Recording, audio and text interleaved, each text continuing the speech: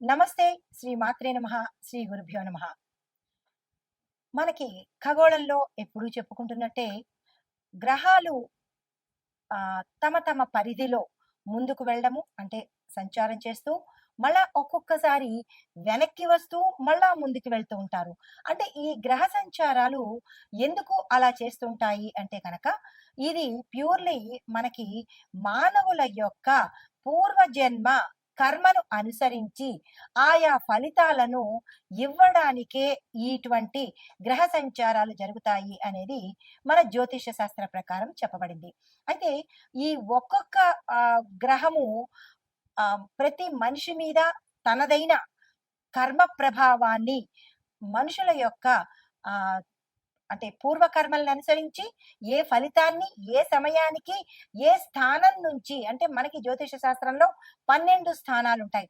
ఈ 12 స్థానాల్లో ఆ జీవి యొక్క అంటే ఆ మనిషి యొక్క పాపాలను కానీ, కర్మలను కానీ, పుణ్యాలను కానీ, వాటిని అంటే పితృదోషాలు కావచ్చు, లేదా కర్మలు కావచ్చు, మనిషి చేసిన ఆహ్, పూర్వజన్మవి, ఈ జన్మవి కలిపి వాటిని అనుభవింప చెయ్యడం కోసము ఈ గ్రహాల యొక్క సంచారం జరుగుతుంటుంది. అయితే అందులో ప్రధానంగా మనకి ఇప్పుడు జరిగేది శని గ్రహ సంచారము.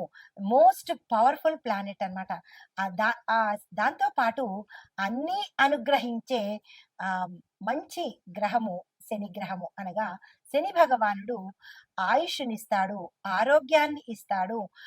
మంచిగా మసలుకుంటే పాపకర్మలను తుడుచుకునేందుకు, అనుభవించేందుకు ఆహ్, తగిన శిక్షలను కూడా శని భగవానుడు అందజేస్తాడు. అయితే ఏ గ్రహము చెడు కాదు. ఏది నష్టాన్ని కలగచేయదు. అది కొంతమందికి మంచి చేస్తూ, మరికొంతమందికి చెడు ఎందుకు చేస్తోంది అంటే గనక, ఆయా మనుషుల యొక్క చేసుకున్న కర్మ ఫలితాలను మాత్రమే గ్రహాలు అందిస్తూ ఉంటాయి. ఆ పరిక్రమణలో భాగంగా మనకి జ్యోతిష శాస్త్రంలో శని భగవానుడికి అత్యంత ప్రత్యేకమైన స్థానాన్ని ఇచ్చారు. ఆయన కర్మ ప్రదాత అంటే శనిదేవుడు సహనానికి పరీక్ష పెట్టడమే కాకుండా సహనాన్ని కూడా అనుగ్రహింపజేస్తాడు. అయితే ఈ శని తలుచుకుంటే ధనికుడు, అపర కుబేరుడు కూడా అంటే మిలియనీరు, ట్రిలియనీరు కూడా తెల్లారేపాటికి క్షణమాత్రంలో నిరుపేదని చేస్తాడు. అలాగే పూటకు గతిలేని నిరుపేదను కూడా తక్షణం మాత్రాన్నే ధనికుణ్ణి చేసే శక్తి శని భగవానుడికి ఉందన్నమాట. అందుకే అందరూ శని అంటే భయపడతారు. భయం కాదు, భక్తితో ఉండాలి. చాలా శక్తివంతమైన గ్రహము. అయితే ఆయన ఏమని శపథం చేస్తున్నాడు?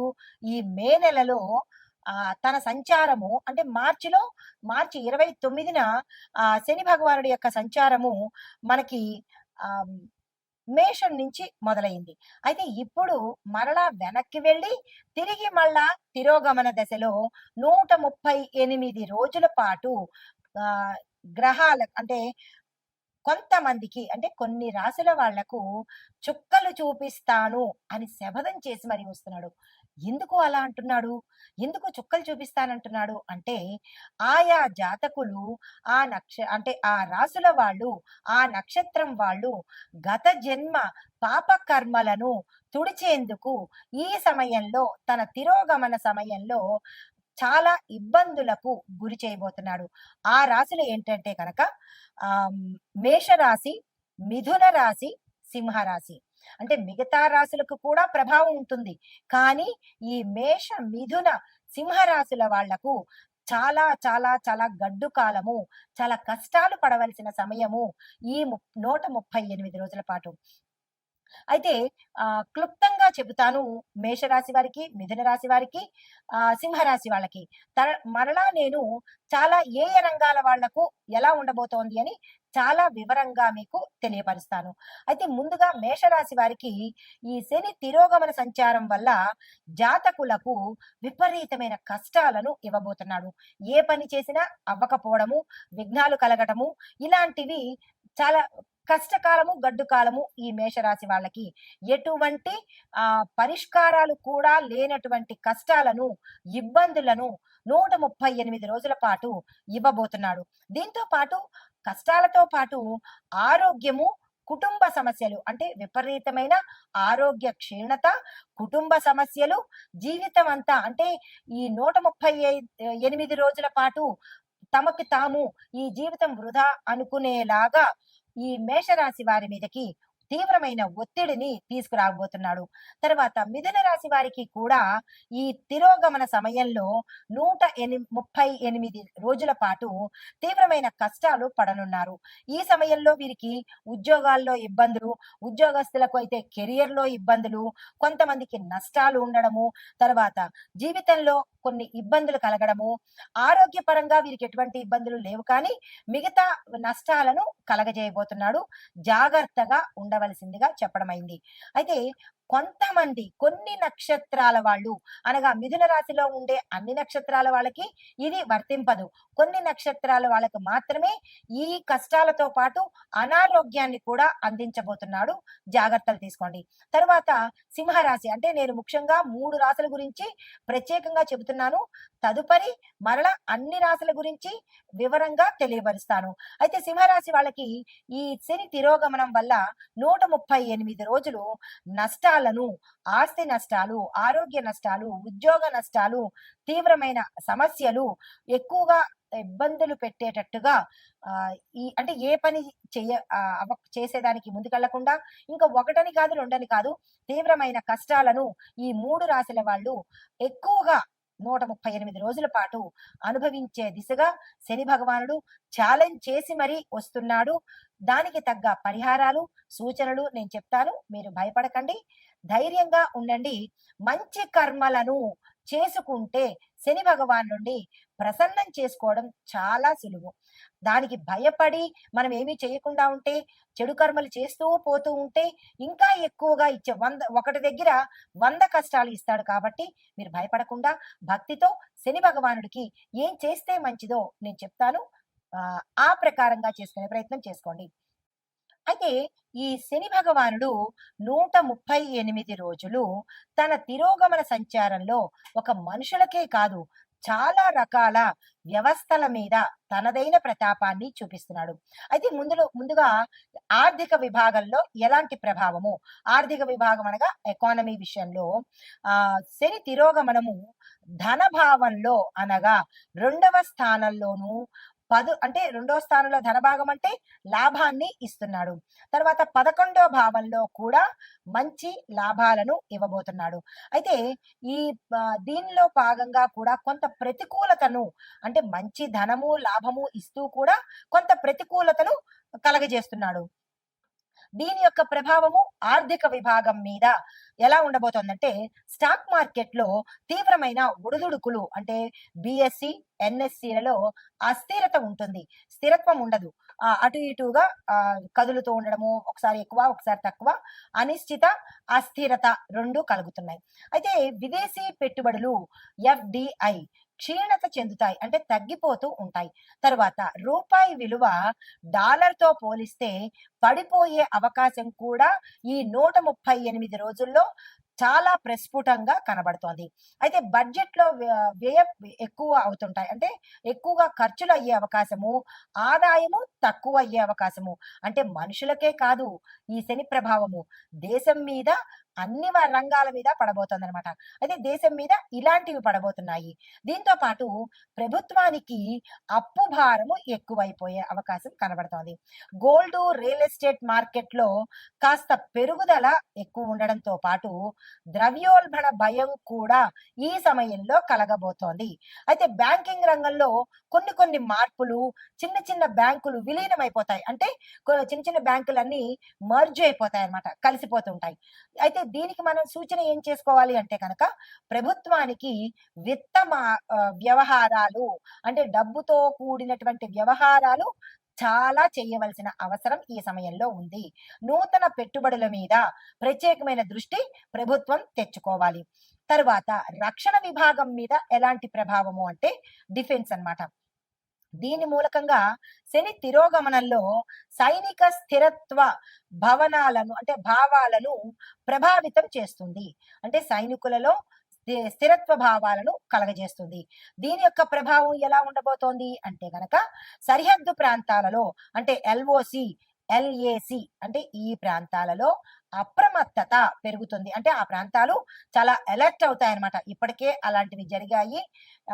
ఇంకా జరగబోతున్నందుకు దేశం మనకి ప్రత్యామ్నాయాలు తీసుకుంటుంది. రక్షణ కూడా కల్పిస్తుంది. ప్రజలు భయపడాల్సిన పని లేదు. అయితే పాకిస్తాన్, చైనా దేశాలతో చర్చలు జరిపే అవకాశము ఎక్కువగా కనబడుతోంది. ఈ విషయం ఆల్రెడీ దీనికన్నా ముందు మనకి అర్థమైపోయింది కదా! అంటే జ్యోతిష్యము నమ్మకమైన శాస్త్రం ఇది. ఆషామాషీది కాదు. జరగబోయేది చెప్పేదే జ్యోతిష్యం అనమాట. దీన్ని కొంతమంది ఏంట్లే అని ట్రాష్ అని తీసేస్తుంటారు. మనకి ప్రత్యక్ష నిదర్శనాలు కనిపిస్తున్నాయి కదా! నమ్మక తప్పదు. నమ్మాలి. అయితే చిన్నిపాటి సంఘర్షణలు కూడా జరిగే అవకాశాలు గోచరిస్తున్నాయి. అయితే దేశీయ రక్షణ పరిశ్రమ అంటే మీడియా ఇనిషియేటివ్ కొన్ని బలహీనతలు బయటపడే అవకాశం కనబడుతోంది. అయితే సైనిక వ్యయాలు అంటే సైనికుల్ని మనం తెచ్చుకోవడం కోసం కొంత ఖర్చులు పెట్టవలసిన అవసరం కూడా ఈ సమయంలో కనబడుతోంది. మరి దీనికి సూచన ఏం చెయ్యాలి అంటే గనక రక్షణ రంగానికి బలమైన మద్దతును ఇవ్వాలి. వాళ్ళని బలోపేతం చెయ్యాలి. వాళ్ళని సపోర్ట్ చెయ్యాలి. సరిహద్దు ప్రాంతాల్లో ముందస్తు జాగ్రత్తలు తప్పనిసరిగా తీసుకోవాలి. అయితే ఇది రక్షణ విభాగానికి. మరి వ్యవసాయ విభాగానికి ఎలాంటి పరిణామాలొస్తున్నాయి అంటే, దీనికి మూల కారణము వృషభము, కర్కాటక స్థానాల్లో అంటే వృషభ రాశిలోను, కర్కాటక రాశిలోను శని తిరోగమనం ప్రభావము అంటే తిరోగమనం చేస్తున్నాడనమాట. మేషం నుంచి వృషభానికి ఇప్పుడొస్తున్నాడు. వృషభము, కర్కాటకము. మళ్ళా ఈ రెండిట్లోంచి తిరోగమనం చేయడం వల్ల ఏమవుతోంది? దాని యొక్క ఫలితాలు వర్షపాతము అసమతుల్యతగా ఉంటుంది. అంటే కాసేపు ఎక్కువగా వర్షం రావడము, కాసేపు తగ్గిపోవడము. వర్షాపాతంలో వర్షాలు పడే దానిలో కరెక్ట్ గా ఇది అని యథావిధంగా ఉండదన్నమాట. కొన్ని ప్రాంతాల్లో వర్షాలు ఎక్కువ, కొన్ని ప్రాంతాల్లో అసలు వర్షాలే ఉండవన్నమాట. అయితే ఖరీఫ్ పంటలకు ఇది మిశ్రమ ఫలితాలు ఇచ్చే సమయము. ధాన్యము, పప్పు దినుసులు కొద్దిగా ధరలు తగ్గే అవకాశం కూడా కనబడుతోంది. అయితే రైతులకు రుణభారాలు పెరిగిపోయే అవకాశం ఉంది. రైతులు చాలా జాగ్రత్తగా ఈ 138 రోజులు చాలా చాలా చాలా జాగ్రత్తగా వ్యవహరించుకోవాలి. అయితే ప్రభుత్వం మద్దతు ధరలు పెంచే ప్రయత్నం కూడా చెయ్యవచ్చు. ప్రభుత్వం కూడా ధరలు పెంచే ప్రయత్నాలు చేస్తోంది. అయినప్పటికీ నిరాశ చెందకండి. దీనికి సూచన ఏంటంటే సాగునీటి ప్రణాళికలను మనం బలోపేతం చేసుకోవాలి. దీంతో పాటు బీమా కార్యక్రమాలు అంటే ఇన్సూరెన్స్లు ఇంకా ఎక్కువగా ముందుకు తీసుకెళ్లి బలోపేతం చేసుకోవాలి.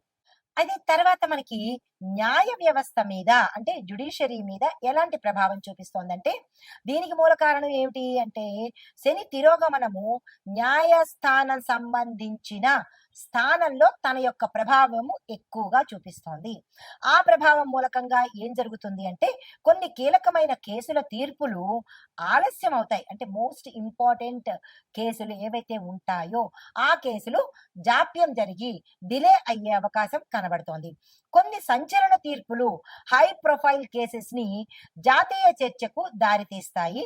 న్యాయ సంస్థల పట్ల ప్రజల నమ్మకం కొంత లోటు అంటే ప్రజలకి నమ్మకం కూడా తగ్గిపోయే ప్రమాదము ఈ సమయంలో కనబడుతోంది. సూచన అంటే దీనికి మనం ఏం చేయాలి? న్యాయ ప్రక్రియను ఫాస్ట్ గా చేయాలి.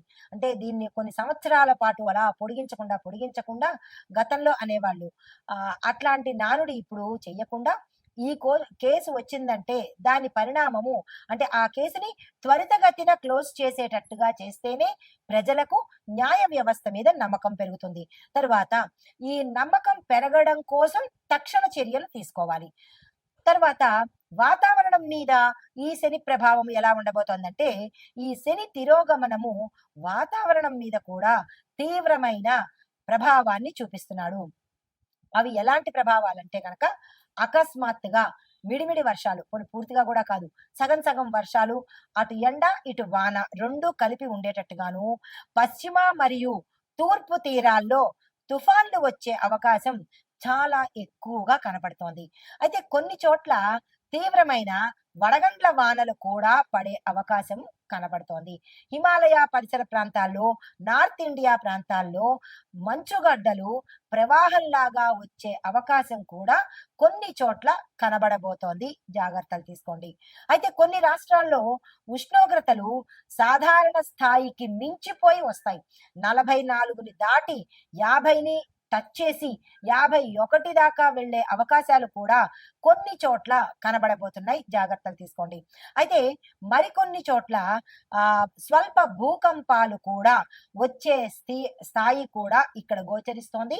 చాలా జాగ్రత్తలు తప్పనిసరిగా ముందస్తు చర్యలు తీసుకోవాల్సిందిగా చెప్పడం జరిగింది. అయితే దీనికి సూచన ఏంటి మరి అంటే కనుక వ్యవసాయ వాతావరణ ఆధారితంగా ముందస్తు హెచ్చరికలు తప్పనిసరిగా తీసుకోండి. ఇందులో నేను చెప్పినవి ఏది అక్షరం పొల్లు పోవడం లేదు.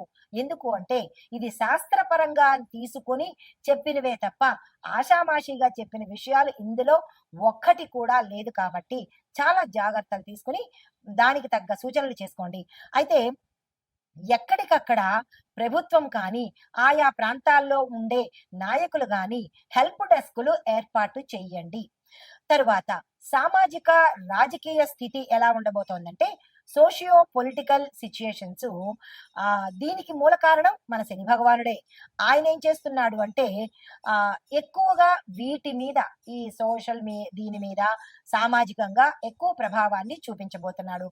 అయితే దాని యొక్క స్థితి ఎలా ఉండబోతోంది అంటే కనుక కొన్ని రాష్ట్రాల్లో రాజకీయ అస్థిరత, ఫిరాయింపులు అంటే ఒకళ్ళ మీద ఒకళ్ళు నెట్టేసుకోవటము, ప్రభుత్వంలో మార్పులు చేర్పులు కూడా జరిగే అవకాశాలు చాలా ఎక్కువగా కనబడుతున్నాయి. అయితే మరొక విషయము, ప్రజల్లో ప్రభుత్వ విధానాల మీద తీవ్రమైన అసంతృప్తి, ఇష్టం లేని తనము ఇక్కడ ఎక్కువగా కనబడే అవకాశం కనబడుతోంది. అయితే నిరసనలు, ఉద్యమాలు జరిగే అవకాశము, విస్తృతంగా పెరిగే అవకాశం కూడా ఇక్కడ చాలా ఎక్కువగా కనబడుతోంది. కొన్ని చోట్ల దళితులు, గిరిజనులు తమ హక్కుల కోసము పెద్ద స్థాయిలో ఉద్యమాలు కూడా జరిగే అవకాశాలు సూచనప్రాయంగా కనబడుతున్నాయి. కొత్త రాజకీయాల కూటములు ఏర్పడతాయి, పొత్తులు కూడా ఏర్పడే అవకాశం కనబడుతోంది.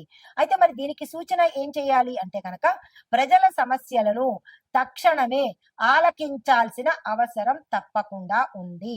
రెండవది, మద్దతుదారులను చక్కదిద్దే రాజకీయ మౌలిక మార్పులను తక్షణమే తీసుకోవాలి. ఇవి మనకి చెప్పదగిన సూచనలు. అయితే ఆ ఓవరాల్ గా చూసినట్టయితే కనుక సామర్థ్యం ఉన్న నాయకత్వము, తరువాత సూక్ష్మ ఆర్థిక విధానాలు, బలమైన రక్షణ ప్రణాళికలు తీసుకుంటేనే కొంత రెమెడీస్ కల్పించే అవకాశం కనబడుతోంది. వీటి మీద తప్పనిసరిగా ప్రభుత్వం కానీ, ప్రజలు కానీ, నాయకులు కానీ దృష్టి పెట్టాల్సిన అవసరం 100% ఉంది. తదుపరి రాశి సింహరాశి. ఈ రాశి వారికి ఇందాక అనుకున్నట్టుగా మనకి 3 రాశుల వాళ్ళకి మేష, సింహ, మిథునం, ఈ రాశిలో వాళ్ళకి చాలా తీవ్రంగా ఉంది. ఆ తీవ్రత ఏ అంశాల్లో ఉందనేది ఇప్పుడు నేను మీకు వివరంగా చెప్తాను. అయితే ఈ శని 7వ స్థానం నుంచి తిరోగమనం చెందడం వల్ల భాగస్వామ్య సంబంధాలు, అది ఇంట్లో భాగస్వామి కావచ్చు, లేదా మీ యొక్క వ్యాపార సంస్థల్లో పార్ట్నర్స్ అయినా కావచ్చు, లైఫ్ పార్ట్నర్ అయినా, బిజినెస్ పార్ట్నర్ అయినా సరే, ఇబ్బందులు కలగడము, వివాహ సంబంధాలు కొంత ఇబ్బంది కలిగేటట్టుగాను, మరికొంత విడిపోయేటట్టుగాను, మనశ్శాంతి లేని దిశగాను ఉండే అవకాశం కనబడుతోంది. చిన్న చిన్న ఆర్థిక నష్టాలు కూడా సంభవించేందుకు ఆస్కారం ఉన్నది. స్థానిక మరియు అంతర్జాతీయ స్థాయిలో కొన్ని ఒప్పందాలు మీకు విఫలమయ్యే అవకాశము, చెడిపోయే అవకాశము, వద్దు అని అనుకునే అవకాశము, రిజెక్ట్ చేసే అవకాశం కూడా కనబడుతోంది. దాని గురించిన ఏవైనా జాగ్రత్తలు కానీ, ఏవైనా ప్రణాళికలు కానీ వేసుకునే ప్రయత్నం చేసుకోండి. అయితే ఉద్యోగ వ్యాపారాల సంగతి చూసినట్టయితే ఉద్యోగస్తుల్లో పదోన్నతులు అంటే ప్రమోషన్స్, ప్యాకేజీలు పెరగడాలు, లేదా ఏరియర్స్ రావడాలు, ఇలాంటివి ఏవైనా ఉంటే కనుక అవి మరింత జాప్యం జరిగే అవకాశం కనబడుతోంది. నిరాశ చెందకండి. అయ్యే అవకాశం ఉంటుంది కానీ, డిలే అవుతోంది కాబట్టి జాగ్రత్తలు తీసుకోండి. వ్యాపారంలో నూతన పెట్టుబడులు ఏదైనా చేయాలన్నా, విస్తరణ చేయాలన్నా, బ్రాంచెస్ పెట్టుకోవాలన్నా, ఏ పని మీరు వ్యాపారంలో చేయాలన్నా, ఈ 138 రోజులు ఆగి తర్వాత చేసుకుంటే మంచిది. లేదు మేము ఆల్రెడీ మొదలు పెట్టేసాము, మాకు కుదరదు అని అనుకుంటే కనుక, మీరు దానికి తగిన జాగ్రత్తలు తీసుకొని కనుక చేసినట్టయితే, ఇంక తప్పదు అని అనుకున్నట్టయితే కనుక, ప్రత్యామ్నాయ మార్గాలు చూసుకొని ప్రారంభించుకోండి. కానీ నష్టమయ్యే అవకాశము చాలా ఎక్కువ శాతం కనబడుతోంది. ఆరోగ్యపరంగా చూసుకున్నట్టయితే గనక మోకాళ్ళ నొప్పులు, దీంతో పాటు వెన్నుపూసకు సంబంధించి అంటే స్పైనల్ కార్డ్‌కి సంబంధించినటువంటి సమస్యలు కానీ, ఆపరేషన్‌లు కానీ, ప్రమాదాలు కానీ, పడిపోవడాలు కానీ, విరగడాలు కానీ ఇలాంటివి కనబడుతున్నాయి. చాలా జాగ్రత్తలు తప్పనిసరిగా తీసుకోండి. అయితే మీకు చెప్పదగిన పరిహారాలు శని భగవానుడికి శనివారం నాడు నల్ల గోరింటాకు మొక్కను మీ ఇంట్లో నాటుకునే ప్రయత్నం తప్పనిసరిగా చేయండి. మాకు ఆ ఇంట్లో ఆ ప్లేస్ లేదు, ఆ స్థలం లేదు అని అనుకుంటే గనక ఏదైనా దేవాలయంలో మీ చేత్తో మీరు నల్ల గోరింట మొక్కను నాటే ప్రయత్నం చేసుకోండి. అయితే దీంతో పాటుగా తెల్లవారుజామున సూర్యుడికి జలాభిషేకము అనగా అర్ఘ్యం ఇచ్చే ప్రయత్నం తప్పనిసరిగా చేసుకోండి.